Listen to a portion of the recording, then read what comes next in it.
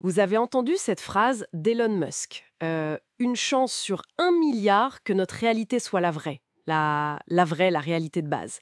C'est assez fou, non? Oui, c'est une idée qui frappe l'imagination, c'est sûr. Alors justement, aujourd'hui on plonge dans cette théorie de la simulation, l'idée que tout ça, notre univers, nos vies, ce ne serait qu'un immense programme informatique. Un concept vertigineux. Pour en parler, on va s'appuyer sur une analyse vidéo intéressante d'iClick. L'idée, c'est de décortiquer un peu tout ça, voir les arguments, les implications. Bon, on y va? Allons-y.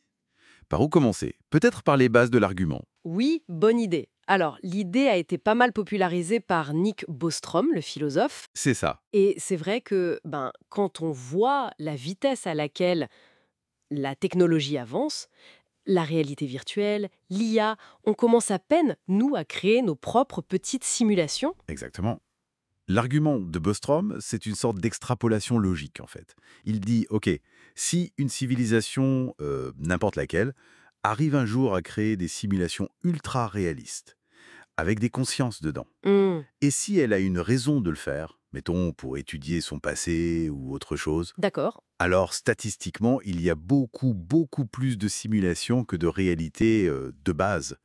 Donc la probabilité qu'on soit dans une simulation est écrasante. C'est là que ça devient vraiment intéressant. Si nous, une civilisation qu'on peut considérer comme jeune, on en est déjà là, On y pense déjà. Ouais. qu'est-ce que ça donnerait avec des millions d'années d'avance technologique? La question se pose.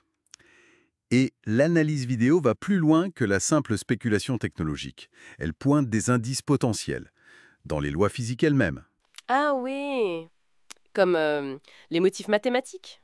Le fameux nombre d'or, la suite de Fibonacci qu'on voit partout dans la nature. Précisément, les spirales des galaxies, la forme des coquillages, même la disposition des pétales de fleurs. Pour certains, cette élégance mathématique omniprésente, c'est peut-être plus qu'une coïncidence. La signature d'un code. C'est l'idée.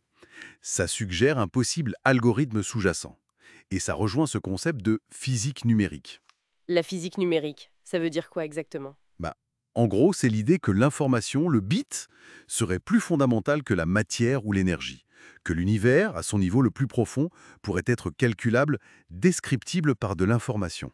D'accord, je vois. Ces particules qui changent de comportement quand on les mesure. Oui, c'est troublant.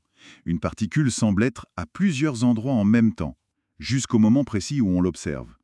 Là, elle choisit un état. C'est vrai. L'analyse vidéo fait un parallèle audacieux. Elle compare ça à un jeu vidéo qui optimiserait ses ressources. Il ne rendrait les détails graphiques que là où le joueur regarde, pour économiser la puissance de calcul, quoi. C'est c'est une image forte. Et il y avait aussi cette histoire de code correcteur d'erreurs. J'ai lu ça quelque part. Ah oui, c'est fascinant. Des physiciens théoriciens comme James Gates Jr. ont découvert des structures mathématiques dans certaines équations très fondamentales, celles de la supersymétrie, qui ressemblent, de manière assez frappante, à des codes correcteurs d'erreurs. Comme ceux qu'on utilise en informatique pour éviter les bugs. Exactement, pour garantir l'intégrité des données. Alors, la question qui se pose, et c'est une question importante, est-ce que c'est juste une propriété mathématique profonde et inattendue de notre univers, ou est-ce que ça ressemble à une preuve de conception, un indice que tout ça est programmé? Si c'est programmé, alors, qui sont les programmeurs? L'analyse vidéo explore quelques pistes, c'est ça? Oui, plusieurs hypothèses sont évoquées. La première, c'est peut-être nos propres descendants, très très lointains. Qui simulerait le passé? Pour l'étudier, voilà, une sorte d'archive historique, vivante et immersive.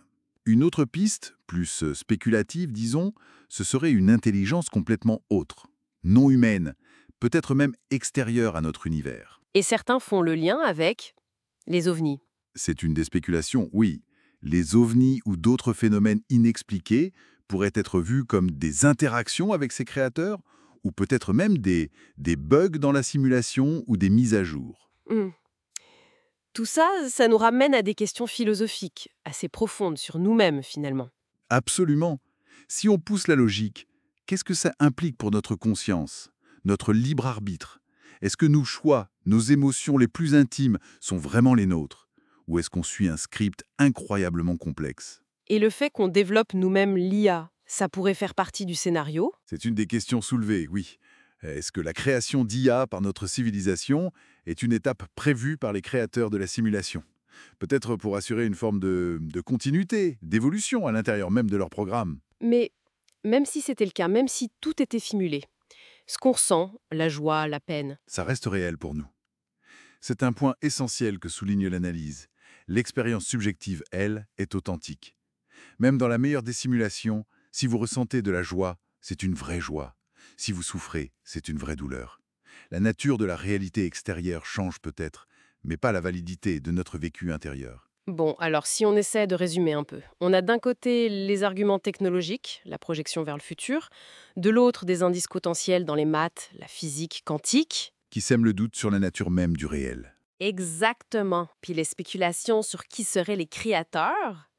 Et surtout, ces questions immenses sur ce que ça veut dire être réel, être conscient. Mais juste pour lancer une dernière idée un peu provocatrice tirée de la source à iClick, Oui, et si même l'idée d'un au-delà, le paradis, l'enfer, n'était qu'une autre couche de simulation, un niveau suivant, en quelque sorte, basé sur nos actions dans celle-ci. wow. Bon, là, on est dans la pure spéculation, évidemment. Bien sûr, c'est juste une extrapolation extrême de l'idée de base, mais ça ouvre des perspectives. Intéressante. C'est clair. Au final, qu'on soit dans une simulation ou dans la réalité de base, ce qu'on vit, là, maintenant, l'intensité de nos expériences, la force de nos relations, ça reste notre vérité tangible. Exactement. La valeur de l'expérience vécue demeure, quelle que soit la nature ultime de la réalité. De quoi continuer à réfléchir, en tout cas.